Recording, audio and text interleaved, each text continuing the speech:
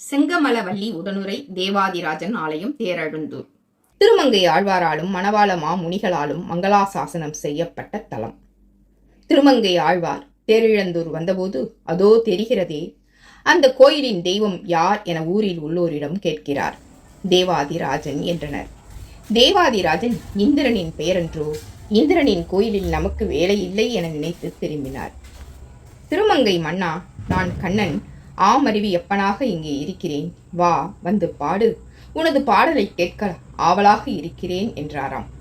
திருமங்கை ஆழ்வார் 45 பாசுரங்களை பாடியிருக்கிறார்.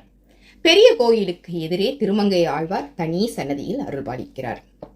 இன்றும் பெருமாளுக்கு நைவேத்தியம் செய்தவுடன் திருமங்கை ஆழ்வாருக்கு சடாரியோடு பிரசாதத்தை வைத்து பூஜிக்கப்படுகிறது. திருமங்கை ஆழ்வாரின் அவதார நாளான கார்த்திகை முதல் தேதியன்று பெருமாள் திருமங்கை ஆழ்வார் சன்னதி வந்து மண்டகப்படி காண்கிறார்.